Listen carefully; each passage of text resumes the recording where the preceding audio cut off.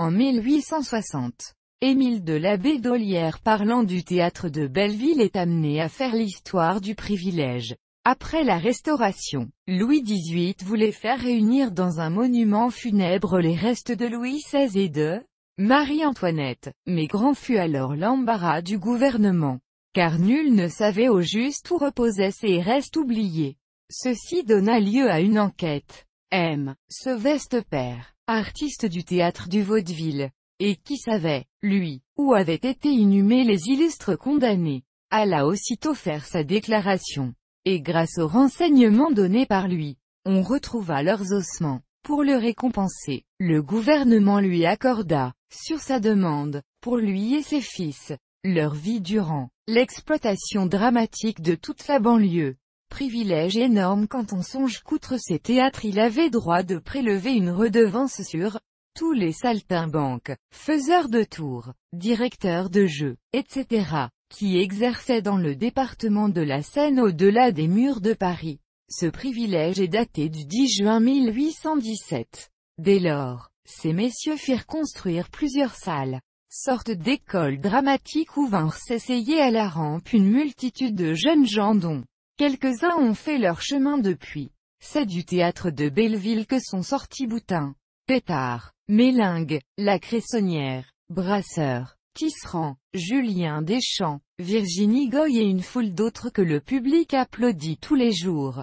Le théâtre de Belleville fut ouvert le 25 octobre 1828. Au bout de quelques années, les frères Seveste ne se souciant plus d'exploiter leurs privilèges par eux-mêmes, le fractionnèrent en autant de parties qu'ils avaient de salles, et affermèrent chacune d'elles, moyennant de fortes redevances, à des subdélégués choisis par eux. On comprend que les pauvres fermiers dramatiques, ayant à défalquer de leurs bénéfices la part de ces messieurs, ne durent pas faire de brillantes affaires. En effet, à Belleville seulement, 8 de ces subdélégués vinrent se ruiner tour à tour.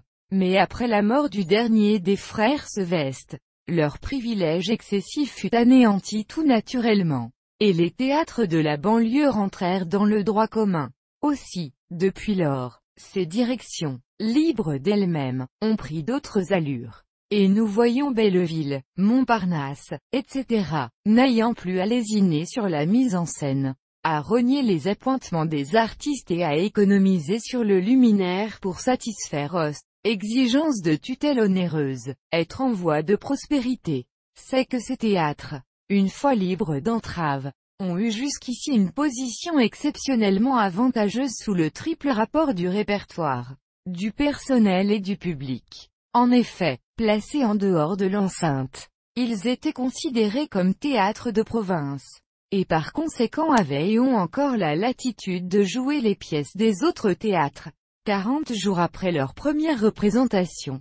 De plus, leur proximité de la capitale leur procure un public assuré, celui des promeneurs enchantés de pouvoir, dans la même soirée, voir une pièce de l'Odéon, du Gymnase et du Palais Royal. Enfin, pour leur personnel, ils peuvent choisir dans les meilleurs artistes des départements, qui, regardant le théâtre de banlieue comme la dernière étape pour arriver à Paris, acceptent chez eux les plus modiques appointements. Depuis cette régénération, le théâtre de Belleville, dont la direction a été confiée à M. Fresne, a monté les meilleures pièces du répertoire parisien, et chacune de ses œuvres Y a obtenu le plus grand succès. Cependant, le décret d'annexion ayant fait tomber l'enceinte de Louis XVI, les théâtres extramuros se trouvèrent tout à coup théâtres de Paris, et une réforme dans leur constitution était imminente pour tout le monde. En effet, une ordonnance ministérielle parut bientôt, qui autorise les théâtres de la ci-devant banlieue à jouir encore pendant 4 ans du privilège de représenter les pièces des autres théâtres, mais les informe aussi qu'au bout de ce laps de temps, ils devront se trouver en mesure de ne jouer que des pièces inédites. Auteur et direction, 10 et I-L à accent grave, auront le temps de se préparer. Et ces théâtres, après avoir été l'école des comédiens d'aujourd'hui, seront désormais l'école des écrivains dramatiques de la génération future. Quant à la direction de Belleville, qui nous occupe exclusivement ici, On lui doit cette justice qu'elle a depuis longtemps devancé l'ordonnance, en faisant jouer des pièces composées pour elle.